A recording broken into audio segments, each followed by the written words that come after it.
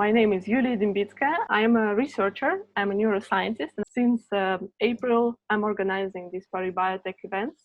I organize different kinds of talks. I think a lot of people are looking for a job, changing their job. If you apply for a job, you need to understand what the process is. So I think this is the valuable part of this talk. And I'm very happy to have our today's speaker. Amber is a fantastic speaker. She gives a lot of talks about HR. She's a professional HR herself with a great experience.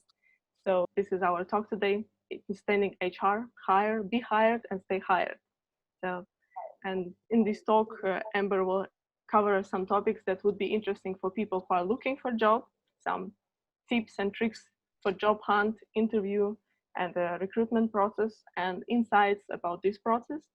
And also it will be interesting for people working as HRs, and Amber will share some tips about hiring people and how to optimize this process and keep a good retention rate.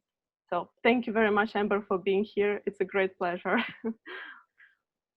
Absolutely. Thank you so much for having me here today. I'm very excited to share with everybody.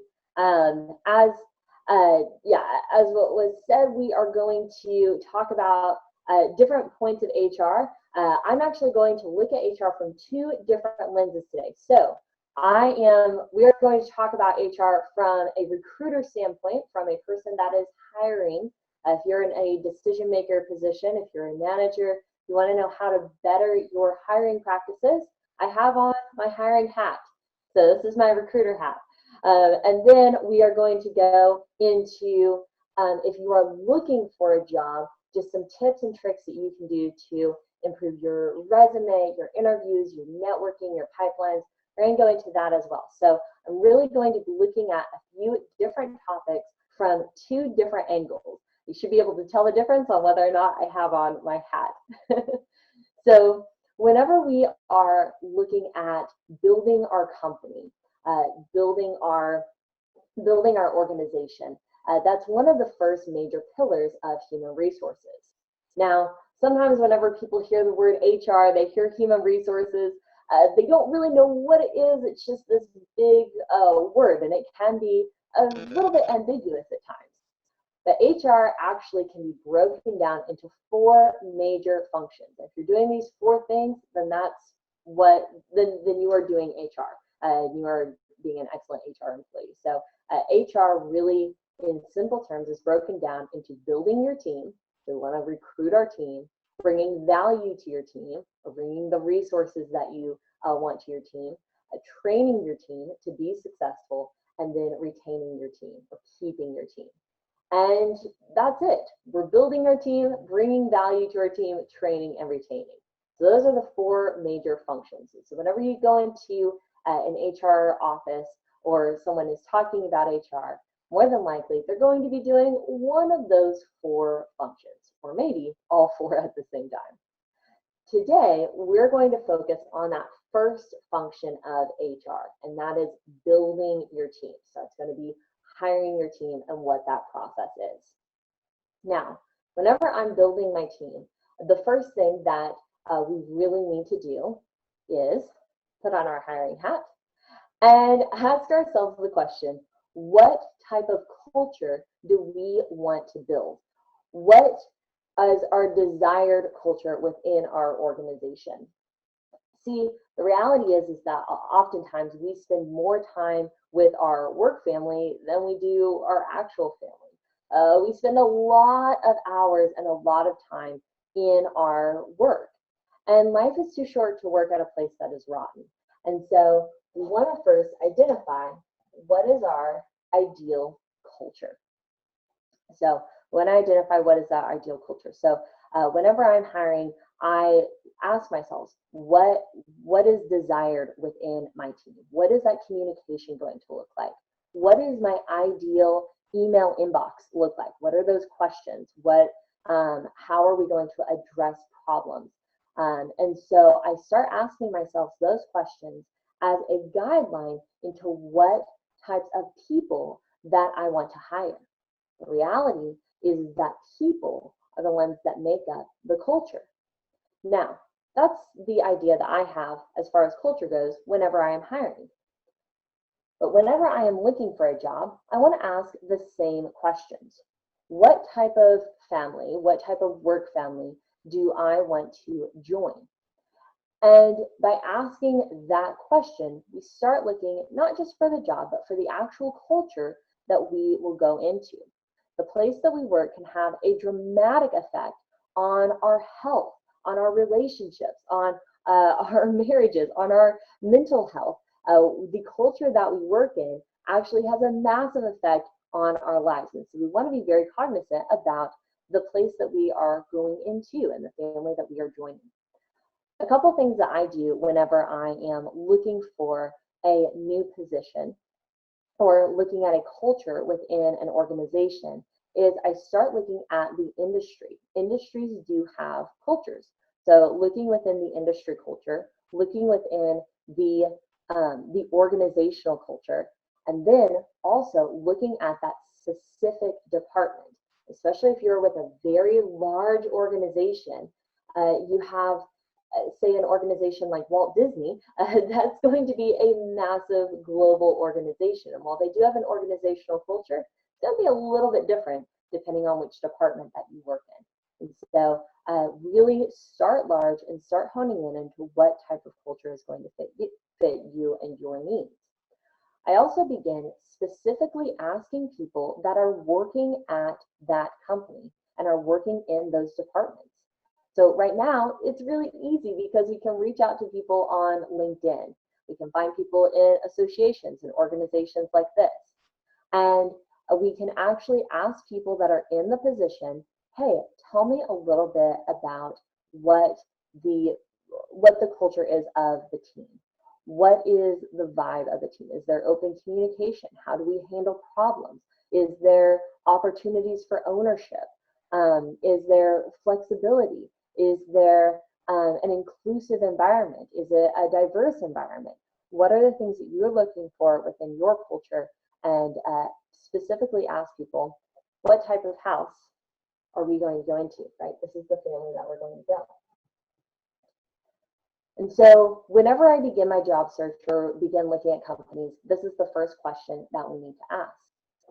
Now, putting my recruiter hat back on.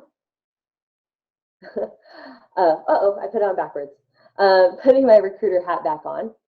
If I've identified the culture that I want to build within my organization, the very next question that I need to ask is, where do I find these people? If people are going to build the culture, I need to have some sort of strategy to actually build my pipeline, And so whenever I'm building my pipeline, there's actually a few different strategies that I can use. As an HR employee, there is generally not just one way that I find my talent. There's a variety of different ways that I find my talent, and I want to have a little bit of these few different methods. So I want to build my pipeline. One way that you can find your talent is a traditional application. So that is really where you have an open source pool. You put an application online and you accept resumes and you create a pool. So this is where you have all of the applications in one place and you review those resumes. That's a traditional type of recruitment and pipeline.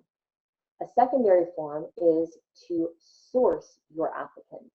So while traditional applications, you're building a pool, whenever you're sourcing, you're specifically going out and looking for one specific type of person.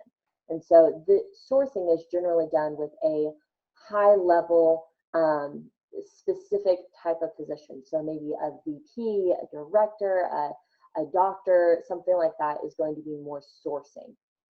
So applications, general applications are for more generic positions. Sourcing is going to be for very specific types of applications. Other ways that you can build your pipeline is whenever you are going with referrals. So referrals is very, very general, where you have somebody in your company that is an excellent employee. And the idea is that excellent people know other excellent people. And so referrals is a huge resource for recruiters, with my recruiter hat on, to find excellent talent. Now, it is important to be mindful that an overuse of referrals can actually narrow the culture within your company. So this is a powerful tool that can be used in tandem with other things like applications and networking. So referrals are a powerful way to build your network and to find excellent talent within your team. Another resource that recruiters can use to build their pipeline is to be involved with associations and organizations and universities, and actually getting the name out to those specific associations to build that name recognition, and also have very close connections to excellent talent. If you see someone that's actively involved in the association, then you can bring people into your organization. Fun fact, that's actually how I got one of my first corporate jobs. I was involved in an association and I met somebody there. Associations can be really powerful because it does give you that name recognition, and you already have people that more than likely are interested and qualified for the positions that you are looking for. And then a final way that recruiters can build their pipeline is to use internships and mentorships, and creating some sort of ladder to bring in young talent and grow talent within the organization. This is really powerful because it really gives both the applicant and the employer to have an opportunity to kind of test out to see if it will be a good fit. You can grow talent from a young age or from a young beginning, and you can really see that commitment with the organization as well. If somebody from their nascent beginnings in their career are invested in and given mentorship and internships at the very beginning, they're more than likely to be loyal, which will help the retention later on within the company. So there's greater sense of loyalty. Now, all of this are things that are types of pipelines that I can look at as a recruiter.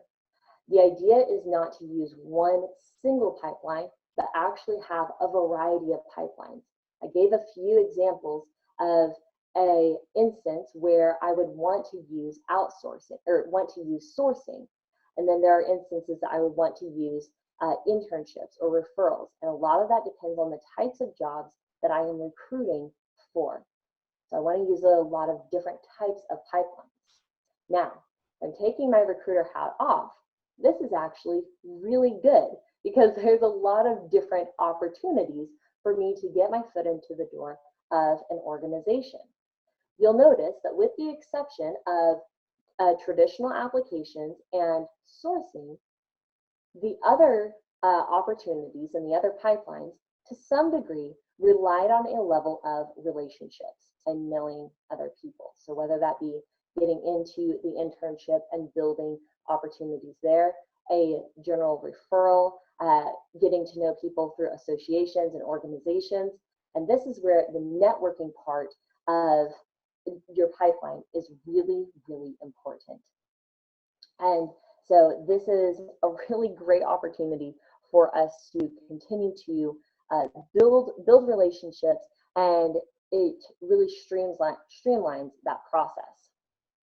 Now, we are all here right now, and this is a really good opportunity for us to actually get to network more so with one another. So I do want to give you the opportunity to go into the chat box and put in your name and your LinkedIn information or your Twitter information, and we can begin building that network right there. Whenever you send a LinkedIn request, make sure that you put where you know the person.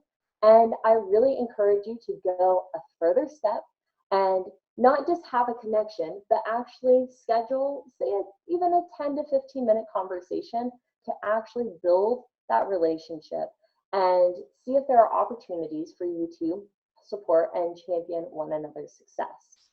That's a really simple thing that we can do right now. So we're going to have an opportunity to build our network. This is our web of connections here within our team. So yeah, give you an opportunity to go into the chat box and put in your name and your LinkedIn information or your Twitter information. Another powerful tool that I use is I actually take out a piece of paper and I will write down any and all connections that I already know. And that could help me get into a specific industry, a specific organization. I'll give you an example.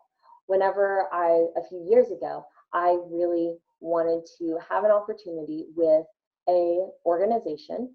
And so I looked up the organization online and I went through my personal contacts of people that I already knew that had connections to the organization, and they were able to make the introductions that I needed.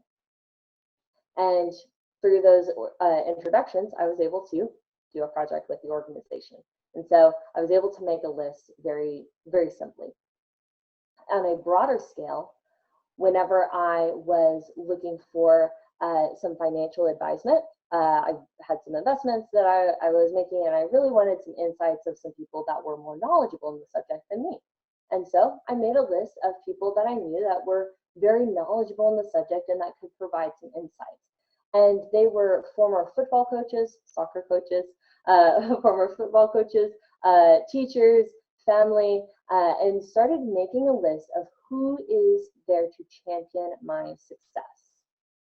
And so that is just a really powerful thing. I think oftentimes, especially whenever we don't have our recruiter hat on and we are in this hiring phase, it can be tempting to feel a little bit alone in this era. And so by making a list of who is there to champion your success is really powerful, because sometimes there are people in our network that we might not think of unless we intentionally take 15, 20 minutes and actually write it down. I've done this with some groups and with some teams, and we've gotten as extensive as the librarian and the post office man and people at the local community center. And it's true, they are there and have resources and they can champion your success. And so really have an extensive list of people who can be in your pipeline. So again, all of that comes down to the networking. I'm seeing some people put some awesome comments, of their LinkedIn profile, and that's a really great opportunity for you guys to connect. You can find me. I am the only Amber Vanderburg on LinkedIn, so I'd love to connect with you as well. So I'm going to put my recruiter hat back on. We've talked about what type of organization we want to build and where we're going to find these people. Now, I'm going to put my recruiter hat back on. Even if you have a referral, or if you're with an association or an internship, or if you have a basic application, more than likely somebody is going to ask you for a resume. They're going to ask for a resume. Now, your resume or your CV is simply a statement of all of your accomplishments within all of your accomplishments and what you have done and the value that you can add to the organization. Generally, whenever I, as a recruiter, am hiring, I have to be very conscious about looking for specific things within the resume. Now, this is going to vary. This is going to be an unsatisfying answer for people without the recruiter hat on. What I am looking for in a resume should vary depending on the job. And so before I look at the resume, the first thing that I should look at is the job description. Because knowing that somebody can swim isn't really something that I need to know on a resume for someone that is a researcher. But it's very important to know for someone that is applying for a lifeguard position. And so the first thing I need to do is look at the resume and see specifically what I should be looking for in the job description or in the resume.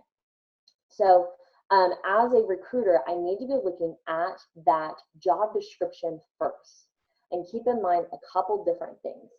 What type of culture are we looking for in the organization, and what specific skills are we looking for in this specific job?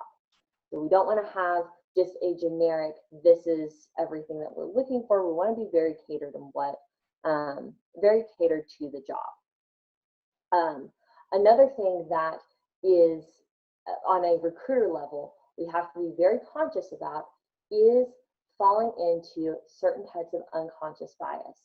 Now, oftentimes whenever this topic is brought up, people will refer to discrimination when it comes to names, which does happen, but I encourage you to go just a little step further and be conscious about looking at when somebody graduated. There can be age discrimination within that, looking at the geographic place, so actually putting your address, and there can be discrimination on geography as well. And so there's a variety of things that we need to be very conscious of so that we are not looking at these related personal aspects of the resume, but actually looking at, can they really do the job?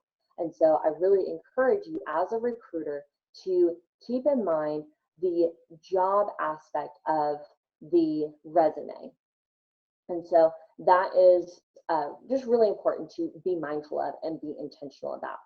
Keep in mind that recruiters sometimes can get hundreds of applications in a single day. So it can be very easy to skim over very, very quickly. And so I encourage you to really be catered in what you're looking for in something that actually is applicable to the job. Now, I'm going to take my recruiter hat off for a moment. And if anybody has any questions, I'd be more than happy for anyone to put that in the chat. Whenever we are putting together our resume, a couple of the biggest faux pas that I see don't have a lot to do with the actual information, but actually have to do with the way that we are presenting the information. Keep in mind that the average recruiter spends about 7 seconds per resume. And that's not a lot of time to really highlight your best self. And so whenever you are putting together your resume, there isn't a single resume format that I would recommend, but I would go on, say, Google Docs, and they have about a dozen different resume templates. All are very clean and very simple to follow. So I would follow a template. Google Docs honestly has one of the best ones. They have a variety of different resume templates that I would follow whenever putting together that template. So actually follow a template, and keep in mind with only 7 seconds, the idea is that you want to really highlight your best features, keeping in mind your best features related to the job within your resume. It can be very easy, especially if you have a lot of experience, to have an exhaustive 8, 9, 10-page resume. I've seen those quite a bit. But the reality is that is very overwhelming to recruiters, and we don't have a lot of control of what the recruiter is going to take away from that information. So a general rule of thumb is 1 page of resume per 10 years of experience. It's a general rule of thumb. It can vary depending on what experience you have and what experience you have and the way that you present it.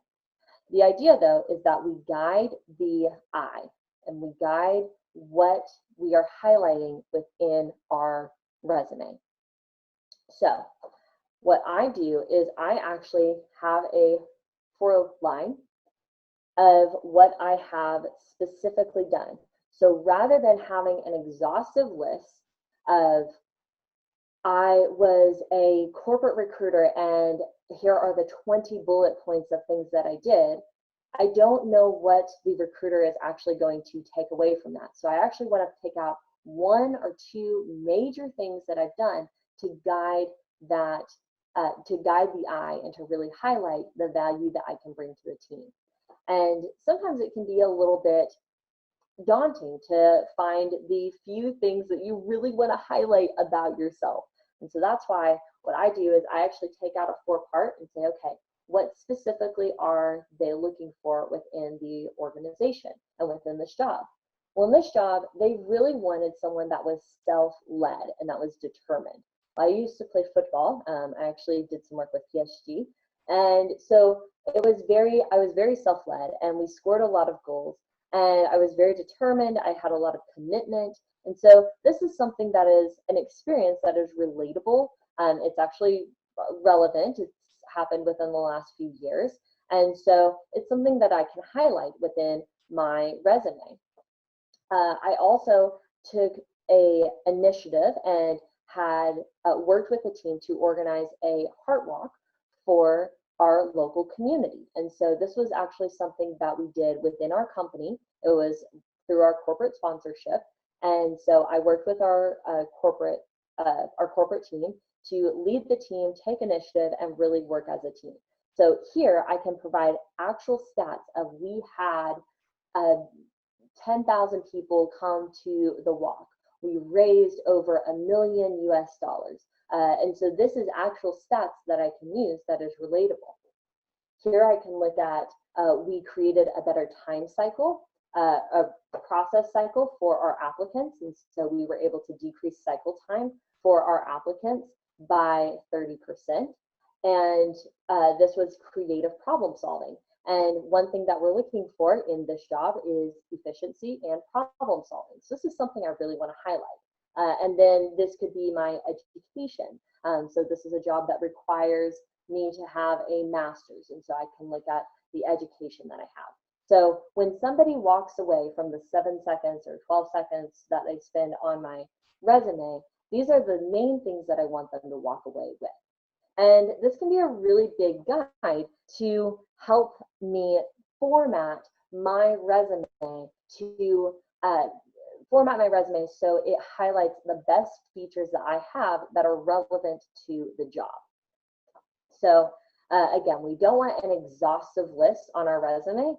We don't want recruiter, 20, 25 things that I've done as a recruiter. No, I was a recruiter. I've done a lot of things with recruitment. One of the things I'm most proud of is the fact that I was able to reduce cycle time as I was reviewing applications and processing applicants to give them a better experience. So this is something that is very specific to your resume. I'm going to put that right there. Yeah, to your resume and within that formatting. Again, it's very tempting to want to put every single thing that you've done, but the reality is that can come off as very jumbled, and it does not best highlight the great things and the great value that you can bring to an organization. And oftentimes, unfortunately, recruiters can kind of tune that out, and it can be more off-putting. It can be more off-putting in that we don't see the highlights of the great things that you can bring and the value you can add to the organization. So I want to make sure to highlight just a few things within your value that you can bring to an organization. I encourage you to actually take a moment and make a 4-box or point no more than 4. You can do 3 to 4 within your resume that you really want to highlight. That way someone can walk away and they say, oh, I just saw an applicant named Vanderburg, and she actually used to play sports. She's actually done a lot with her and led a lot of different initiatives and really seen some positive results within her organization. And we've seen all that through the story. Yeah, so so formatting is huge. Again, the resume really should be generally is a little bit more of a formality, especially if we've been building the relationships, building our network from the beginning. So it's more of, hey, I've already met you. We've had a conversation. Show me your resume just to really see if you meet the qualifications that we're looking for in this job. Now, after we go through the resume, after we turn in our resume, generally we are called in for an interview. We are called in for an interview. So I'm going to put that right here. And let me put on my handy dandy hiring hat. What should we be looking for in an interview? What should we be looking for? Really, what should we be looking for in a resume? The next thing that we have really is the interviewing process. I apologize, those words are a little bit dark. I apologize for that. But it is the interviewing process. Now, what recruiters should feel looking for and what many do look for is really outlined by one of my favorite authors, Patrick Lencioni. Now, Patrick Lencioni is more well known for his book, The 5 Dysfunctions of a Team, but he actually wrote another book called The Ideal Team Player. He writes that all great teams and all ideal team players consist of three major factors. They have three major aspects to what makes them so ideal. And so he writes that the ideal team player is humble, is hungry, and is smart. I'll say that again. The ideal team player is humble, hungry, and smart. And so whenever you are interviewing your team player or interviewing the person that is going to be coming on to your team as a recruiter, it's important that we look for not just one, but all three of these factors. And so within your interviewing process, ask questions about humility. Look for actions or behaviors that exemplify humility within that team player. One of the major things that many companies and many recruiters are looking for in this unique season is adaptability to change. And having humility or having the ability and willingness to be trained and to change and to really be adaptable is so critical. It's always been critical, but even more today, it's something that is pivotal to our companies and to our success. So ask questions about how somebody responded whenever something went awry, whenever something went wrong, whenever a mistake was made. What were those responses, or what will be those responses whenever that inevitably happens? Look for signs of humility within your team players and ability to be trained. Especially if you're with an intern or someone that you're going to grow, you have to be able to humble yourself, not have a massive ego and think that you know it all, and actually have a place that you can really be trained. And the second thing that we look for is hunger. So hunger is someone that has a desire to be trained. Not just a willingness to be trained, but a desire to be trained, to grow, to develop. Again, especially in this time, it is so critical that we as an organization and as a team continue to adapt and change.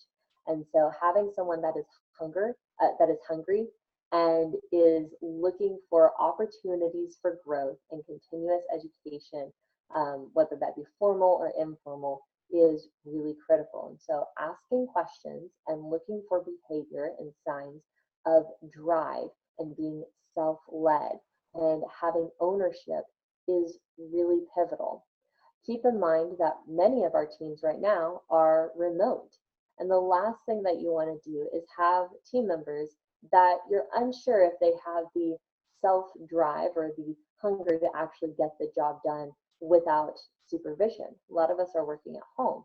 And so you want to have people on your team that you trust that to have the drive to get the job done. And then lastly, you want team members that are smart. Now, smart can have a couple different meanings.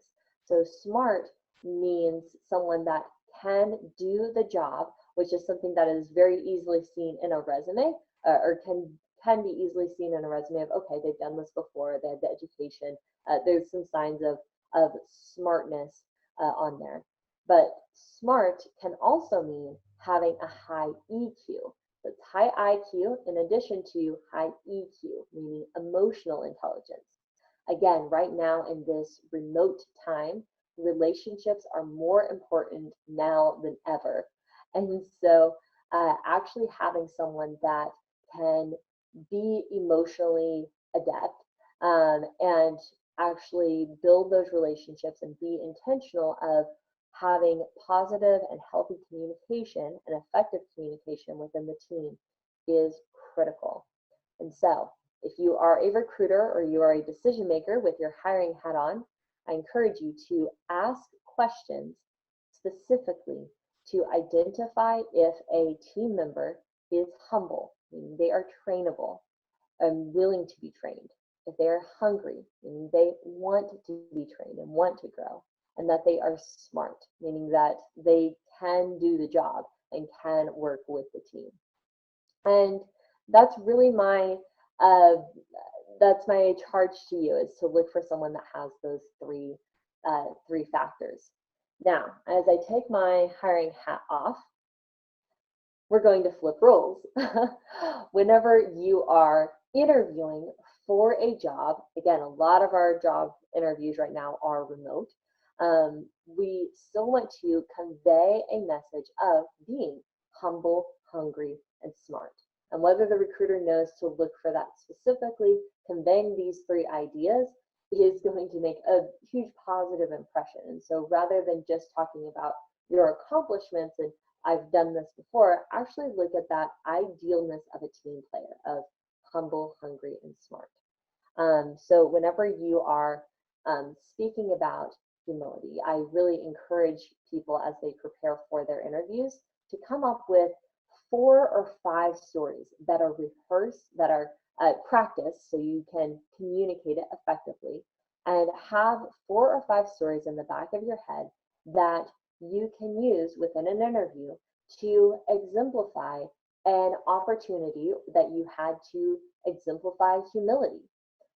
So have some sort of story of something that may have gone wrong, or an opportunity that you had to grow, or a situation in which you were able to be humble and really overcome a situation. So have some sort of a story that you can use within that.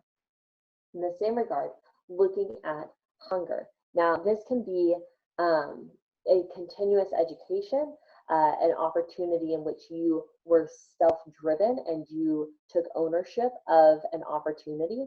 It also can be creative problem solving and innovation within a team. What are some opportunities or some stories that you have to exemplify hunger? Keep in mind that we can read the facts, we can read the stats within a resume, but it's in an interview that we actually get to tell stories. And then finally, you can tell stories of smartness. Now, oftentimes in all 3 of these situations, I have people ask about actually how do we discuss transferable skills, especially in this time. There are some people that are out of work that are wanting to transfer into a different type of job. And so how do we get actually from point A to point B? Or sometimes it's point A to point F or G. And so how do we actually get to these different points? Whenever I am formatting my stories, I actually go through a 4-point format to discuss transferable skills. I'm going to give you an example talking about how I was a football coach and how being a football coach can be directly transferable to being an HR employee. So this will be kind of the example that I use. So the first thing that I do whenever I am asked or want to bring up transferable skills is I bring up the job description and actually relate specifically what somebody is looking for in their job. So I immediately begin with what's in it for you. And so, for example, I could say, well, I know that in this job as an HR employee, it's really important that I can create training programs because let me give a different example. I noticed in this HR position that I have to recruit team members.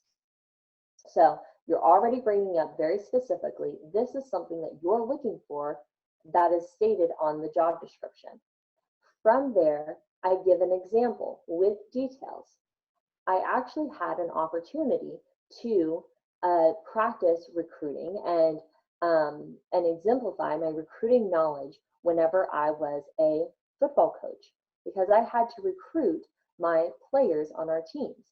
I actually coached about a dozen different academy teams with PSG, and so we were consistently recruiting top talent for our academy and implementing training programs and actually looking at retention within our teams. So this is a very specific, I've listed a dozen teams. I could say in the course of a year, we recruited 150 people. So I can include different details that can really stand out and show what I have done. From there, so first I talk about the skill related to the recruiter. Then I give a short story. Then I discuss what skill and what transferable skill I use in that scenario that can apply to a recruiter. So whenever I was recruiting my football players, I actually was able to use a lot of referrals. We spend a lot of time recruiting our players by doing sourcing and going to different football tournaments and really speaking with the players. And so I found through that experience that I was able to identify top talent and build a quick connection with my players so that I could see if they were the best fit for our organization.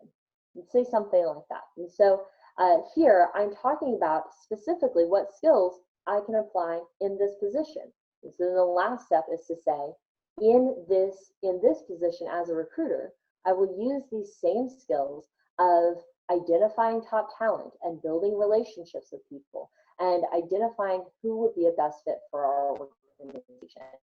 So it brings back to what value you can bring to the organization. And this is more of a format of a story and a format of a conversation that you can have within your interviews to really hone in and identify and highlight the value that you can bring to a team and to the organization. Many times people have transferable skills. It's just conveying that and communicating that in a way that the recruiter and the person with the hiring hat can truly see. So you want to make sure to, convey that in a way that the person with the hiring hat can actually see. Now, I know we only have a few minutes left, which is why we come to the final aspect. So let's say that so you've gone through this process, you identified a culture that you want to be a part of, you have worked through the pipelines, you've done your networking, you've gone to associations, you've made a connection, you have handed in your resume, you've gone through the interview, and you're offered the job. You've gone through a negotiation process. Do not just say yes to the first thing. Actually look at the offer, see if there's an opportunity to negotiate, see if there's an opportunity to find a best fit. And then after you agree upon that, it's time to begin onboarding. And this is the part of actually staying in the job and keeping your job. I would encourage you in your interview process to ask about the onboarding process. So poor onboarding is one of the key indicators of poor retention within organizations. And this makes sense because if we come into an organization and we're not onboarded correctly and we don't really know what we're supposed to be doing, that's a huge sense of frustration, a lack of sense of belonging, and poor onboarding from the beginning in the first few months can actually manifest itself and grow in consequence years and years down the road. And so the first few months of our onboarding, especially with our recruiter hat on, is so critical to retention. Right now in this unique season with remote onboarding, it is critical now more than ever to clearly communicate what expectations are, why that is important, and also have that relationship aspect of your team. Now, if you come into an organization, let me pull this off. So it's important that we keep that in mind, to be very intentional about building a comprehensive onboarding program. If you come into an organization and there is not a comprehensive onboarding program, I encourage you to be forthcoming and ask questions.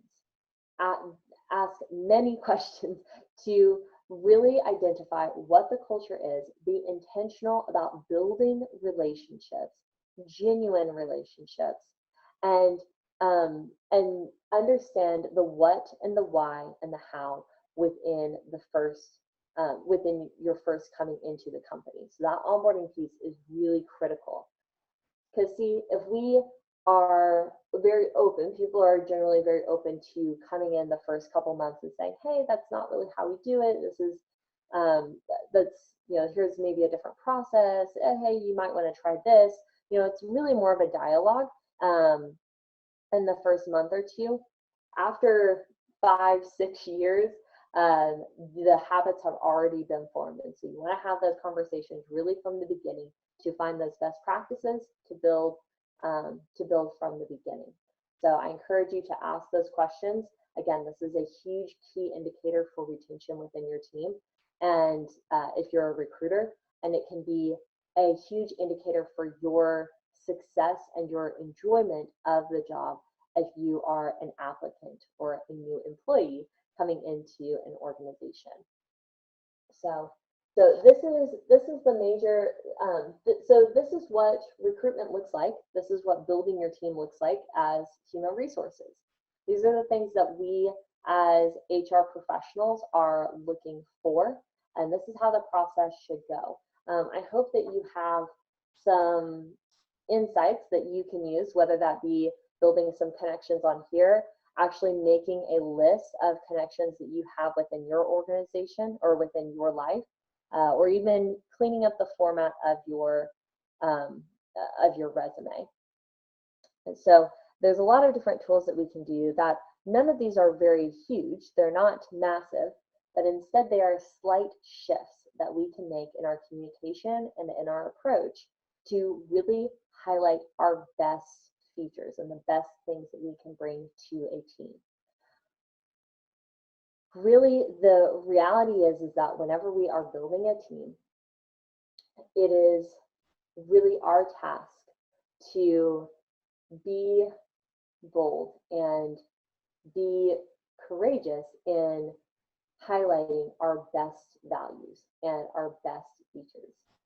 And the reality is that whenever, oftentimes if I'm in a group of people, I'll tell people to raise their hand. And they'll raise it as high as they can.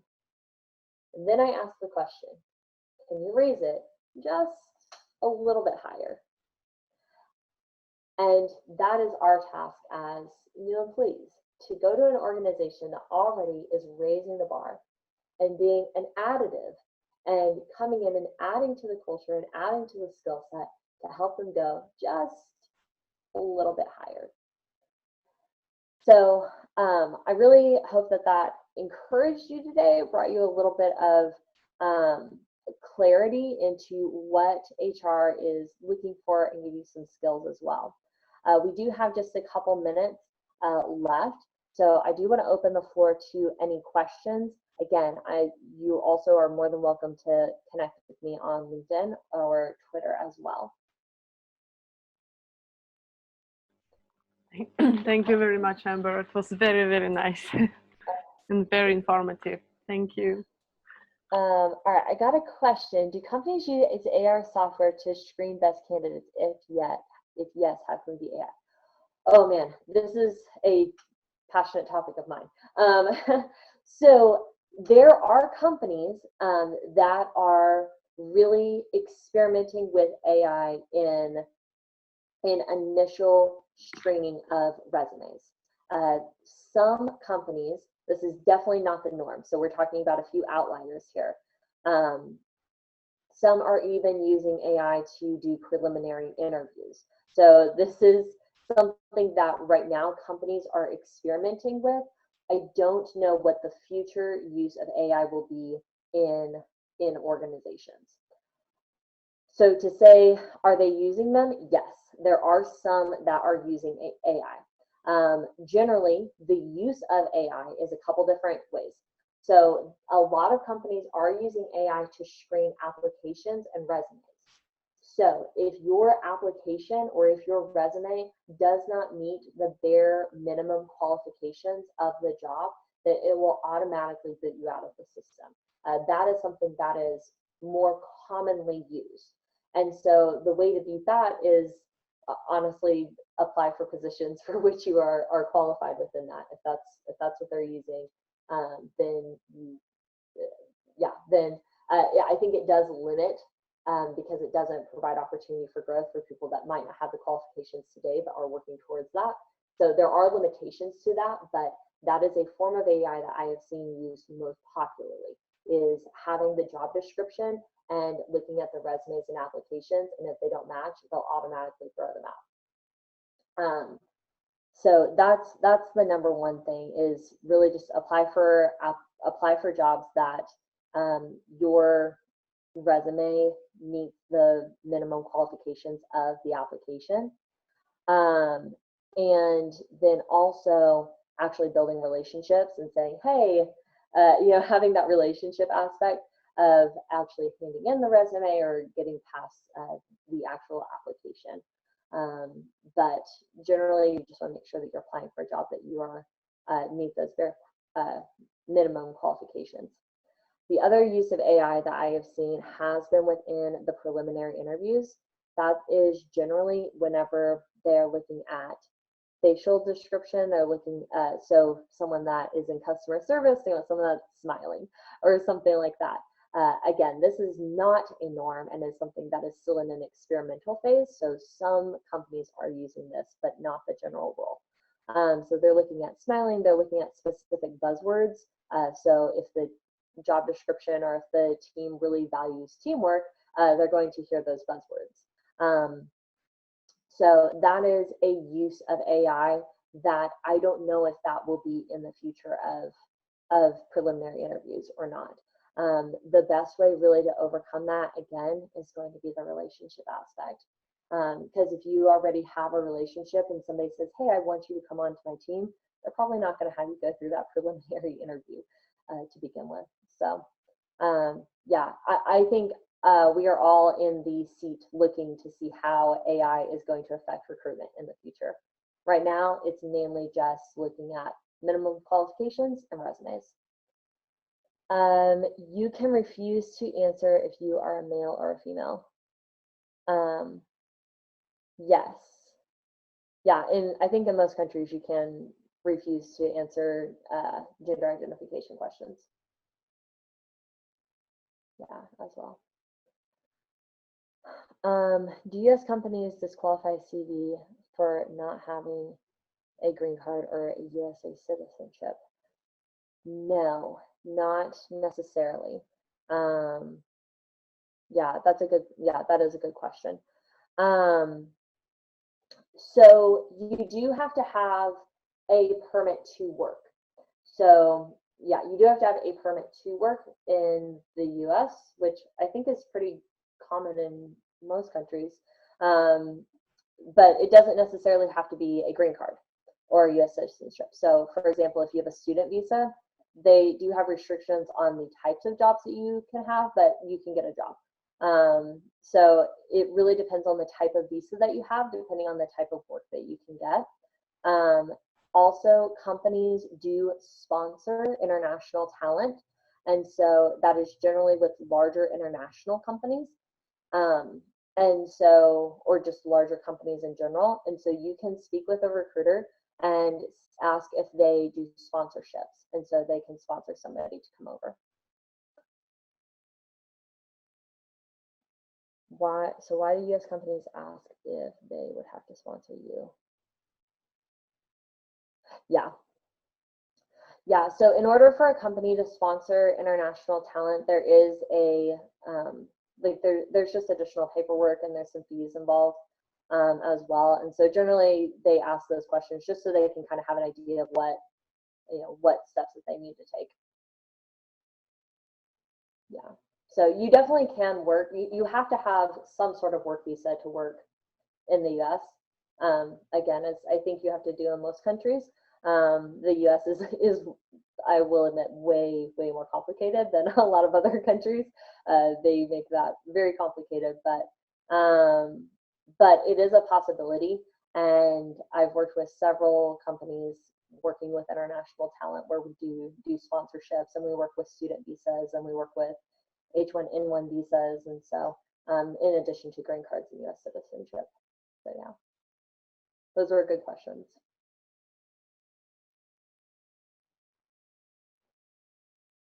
I think there are no more questions, so we can finish on that.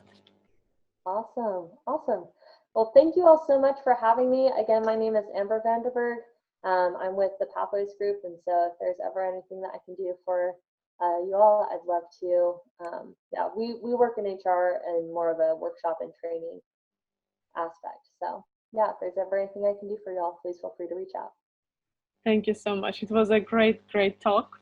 Soon we will publish the video from this talk and also the summary. So follow up and add everyone on LinkedIn. Everyone is actually, a lot of people were very active sharing their profiles. So we could add each other. So it was a very great idea. Thank you very much, Amber. Absolutely. Remember, I encourage you guys to take it one step further and actually have a conversation. Don't just collect connections, collect, relationships. This is a good idea. Awesome. Thank you all so much. You have a good rest of your evening. Okay, thank you everyone for being here. Thank you again, Amber, and hope to see you next time. Goodbye.